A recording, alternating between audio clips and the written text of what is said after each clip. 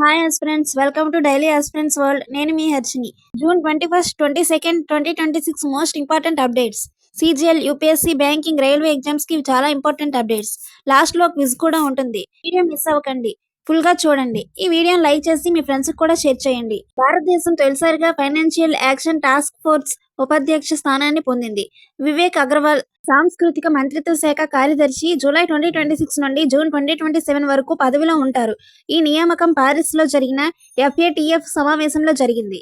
భారతదేశం తొలి digital space sector సామర్థ్యాల రిపాజిటరీ ఇండియన్ స్పేస్ ఇండస్ట్రీస్ ఈ క్యాటలాగ్ ను ISC 2026 లో ప్రారంభించింది. వేదిక ద్వారా 200కి పైగా ధృవీకరించిన స్పేస్ మరియు రక్షణ సంస్థల సమాచారాన్ని ఒకే చోట అందిస్తుంది. సాట్కామ్ ఇండస్ట్రీ అసోసియేషన్ ఇండియా దీన్ని అభివృద్ధి చేసింది. ఈ కార్యక్రమంలో on orbit servicing, in space computing పై 2 ముఖ్యమైన నివేదికలు విడుదలయ్యాయి. హైదరాబాద్లోని ఉస్మానియా విశ్వవిద్యాలయం ఒకేసారి 4 ISO సర్టిఫికేషన్లు పొందిన భారతదేశంలోని తొలి విశ్వవిద్యాలయంగా నిలిచింది. ఈ సర్టిఫికేషన్లు విద్యా నిర్వహణ, పర్యావరణం, శక్తి మరియు ఆహార భద్రత రంగాల్లో ఉన్నాయి. బ్యూరో ఆఫ్ ఇండియన్ స్టాండర్డ్స్ గుర్తింపును సమగ్ర పరిశీలన తరువాత అందించింది. ఇది విశ్వవిద్యాలయ నాణ్యత, స్థిరత్వం మరియు అంతర్జాతీయ ప్రమాణాల పట్ల కట్టుబాట్లను ప్రతిబింబిస్తుంది.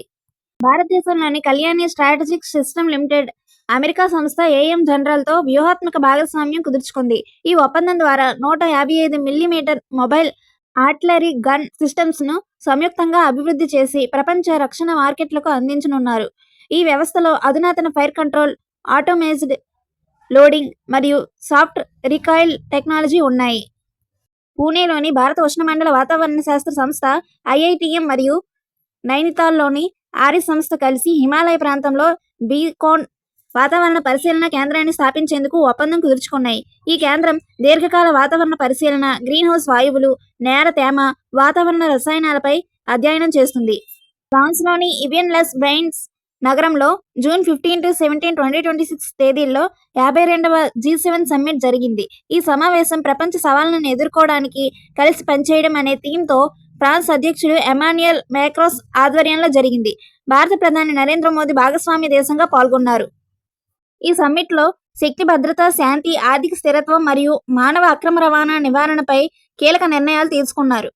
బాంబే స్టాక్ ఎక్స్చేంజ్ BSE భారతదేశపు తొలి సాత్విక ఇండెక్స్ BSE సాత్విక్ 100ను ప్రారంభించింది.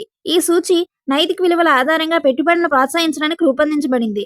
ఇది BSE 500 ఇండెక్స్లోని సూత్రాలను అనుగుణమైన కంపెనీలకు కలిగి ఉంటుంది. ఈ కొత్త ఇండెక్స్ను ETFలు, మ్యూచువల్ ఫండ్లు మరియు పోర్ట్ఫోలియో మేనేజ్మెంట్ సర్వీసుల్లో బెంచ్మార్క్గా ఉపయోగించుకోవచ్చు. ఫెడరల్ బ్యాంక్ 6.25% వార్షిక వడ్డీతో FCNR మ్యాక్స్ డిపాజిట్ స్కీమ్ను ప్రారంభించింది. ఈ పథకం 3 నుంచి 5 సంవత్సరాల కాలానికి అమెరికన్ డాలర్ డిపాజిట్లపై అధిక లాభాలను అందిస్తుంది. ఇది భారతీయ బ్యాంకింగ్ వ్యవస్థలో విదేశీ కరెన్సీ ప్రవాహాలను పెంచడమే లక్ష్యంగా ఉంది. ఈ పథకం సెప్టెంబర్ 30, 2026 వరకు అందుబాటులో ఉంటుంది మరియు ప్రత్యేకంగా NRIల కోసం రూపొందించబడింది.